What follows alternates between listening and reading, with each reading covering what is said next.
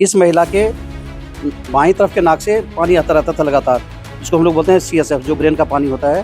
तो इसमें ब्रेन की झिल्लियों में छेद हो जाता है और ब्रेन का पानी लीक करता है। ये हमारे इनके सिर में दर्द था पहले, काफ़ी दिनों से 1 महीना हो गया, उल्टियाँ आ रही थी, बंद नहीं हो रही थी, और जो ब्रेन का पानी है वो नाक से लीकेज हो रहा था। और मेनिंजाइटिस जिस किसी को भी हो गया तो 40% का लाइफ रिस्क हो जाता है, मतलब 40% जान जाने का खतरा रहता है। कि ब्रेन में जहाँ छेद था, जहाँ से CSF लीक हो रहे थे, उसको हम लोगों ने फैट लगा के, क्विवरिन ग्लू बोलता है जिसे गोंद बोलते हैं, उस ग्लू को लगा देते हैं और वो छेद इमीडिएटली सील हो जाता है।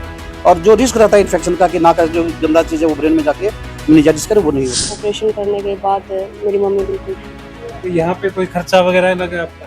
नहीं, खर्चा नहीं लगा। इस वक्त हिसार के मेडिसिटी अस्पताल में मौजूद है। सामने जो महिला आपको नजर आ रही है, इनको काफी समस्या थी। इनके लगातार नाक से पानी आता जा रहा था, जिसके चलते इनको दिमागी बुखार हो गया और लगातार उल्टियां आ रही थी।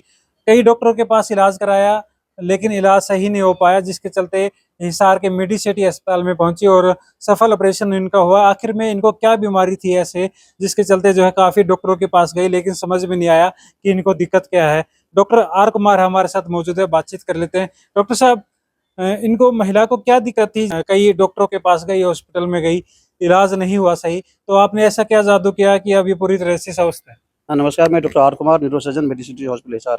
इस महिला के बाईं तरफ के नाक से पानी आता रहता था लगातार, जिसको हम लोग बोलते हैं CSF, जो ब्रेन का पानी होता है। तो इसमें ब्रेन की झिल्लियों में छेद हो जाता है और ब्रेन का पानी लीक करता है। ब्रेन का पानी चूंकि नाक के रास्ते आता है, नाक एक गंदा एरिया है, तो उससे इन्फेक्शन ब्रेन में चला जाता है और उससे मेनिंजाइटिस बन जाता है, जैसे इनको हो गया था। और मेनिंजाइटिस जिस किसी को भी हो गया तो 40% का लाइफ रिस्क हो जाता है, मतलब 40% जान जाने का खतरा रहता है। तो ये एक बहुत ही खतरनाक बीमारी होती है। जब कभी भी नाक से पानी गिरता रहे, दिमाग में बुखार बन जाए, तो मेनिंजाइटिस होकर जान चली जाती है। तो इसमें हम लोगों ने इनका आज के समय का, जैसे हम लोग बोलते हैं ना, दूरबीन वाला इलाज, तो नाक के रास्ते इंडोस्कोपिकली किया। इनके कहीं कोई चीर-फाड़ नहीं हुआ, तो नाक के रास्ते दूरबीन डाल करके इंडोस्कोपिक ट्रांसनेजल ACF रिपेयर बोलते हैं, कि ब्रेन में जहाँ छेद था, जहाँ से CSF लीक हो रहे थे, उसको हम लोगों ने फैट लगा के, क्विवरिन ग्लू बोलता है जिसे गोंद बोलते हैं, उस ग्लू को लगा देते हैं और वो छेद इमीडिएटली सील हो जाता है। और जो रिस्क रहता है इन्फेक्शन का कि नाक का जो गंदा चीज़ है वो ब्रेन में जाके मेनिंजाइटिस करे, वो नहीं होता है।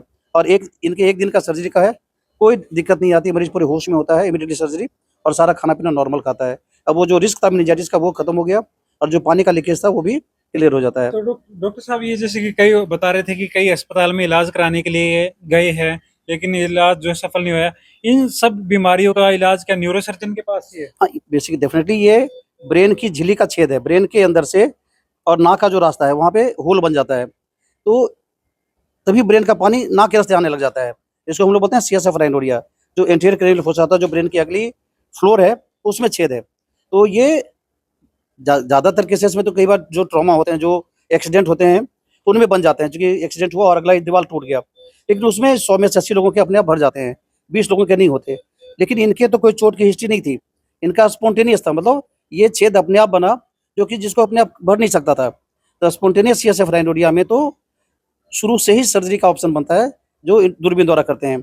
जिनमें चोट लगने के बाद होता है, उनमें भी अगर शुरू के 20 दिन में ना हो, तो उसको भी हम लोग इंडोस्कोपिकली ACF रिपेयर करते हैं। तो नाक के रास्ते दूरबीन डाल करके जो छेद है उसको डिफाइन करना, और फिर वहाँ पे फैट लेके उसको क्विवरिन ग्लू से सील कर देते हैं। अब ये जो पेशेंट पूरी तरह से ठीक है, जो बिल्कुल ठीक इन्होंने है जी। दूरबीन से आपने इलाज किया? हाँ, हाँ, ये बिल्कुल दूरबीन से इलाज हुआ और इनका भी आयुष्मान में हम लोगों ने करा, और अब ये निःशुल्क बिल्कुल इलाज है? बिल्कुल ये, क्योंकि बाहर में तो इसके काफ़ी ज़्यादा खर्चे 2 लाख 2.5 लाख रुपए लगते हैं, तो ये बिल्कुल स्वस्थ है और सही है। फिलहाल जो है बड़ी बात है कि हिसार के मेडिसिटी अस्पताल में निःशुल्क इलाज इनका हुआ है, क्योंकि बड़े बड़े प्राइवेट अस्पताल में जो है 2 से 3 लाख रुपए का खर्चा है। और महिला के परिवार के सदस्य हमारे साथ मौजूद है। आपके क्या लगते हैं और क्या दिक्कत थी इनको? मम्मी जी है, ये हमारे इनके सिर में दर्द था पहले, काफ़ी दिनों से 1 महीना हो गया, उल्टियाँ आ रही थी, बंद नहीं हो रही थी, और जो ब्रेन का पानी है वो नाक से लीकेज हो रहा था। लेकिन डॉक्टर साहब ने, हमने काफ़ी जगह ट्राई किया, लेकिन इतना आराम नहीं आया। लेकिन डॉक्टर साहब ने हमें सजेशन दिया कि ऑपरेशन इसका बेस्ट ऑप्शन है। तो ऑपरेशन करने के बाद मेरी मम्मी बिल्कुल ठीक है। तो यहाँ पे कोई खर्चा वगैरह लगा आपका? नहीं, खर्चा नहीं लगा। कई हॉस्पिटल में जा चुके थे पहले? हाँ जी, रोहतक तक जा चुके थे हम। जी। फिर सर ने ही सजेशन बताया है, उसके अकॉर्डिंग हमने ऑपरेशन करवाया। जी। अब बिल्कुल ठीक है, खाना पीना खा रही है दोनों टाइम से। फिलहाल जो है, अगर आपको या फिर आपके किसी जानकार को इस तरह की समस्या, नाक से पानी आता है, दिमागी बुखार है और लगातार उल्टी आ रही है, कहीं ना कहीं जो है उनकी जान को खतरा हो सकता है, तो न्यूरो सर्जन को जरूर दिखाएं। हिसार के मेडिसिटी अस्पताल के डॉक्टर आर कुमार लंबे समय से इन बीमारियों का इलाज कर रहे हैं। तो ऐसे में आप भी इनसे सलाह ले सकते हैं, दिए गए नंबरों पर संपर्क करें।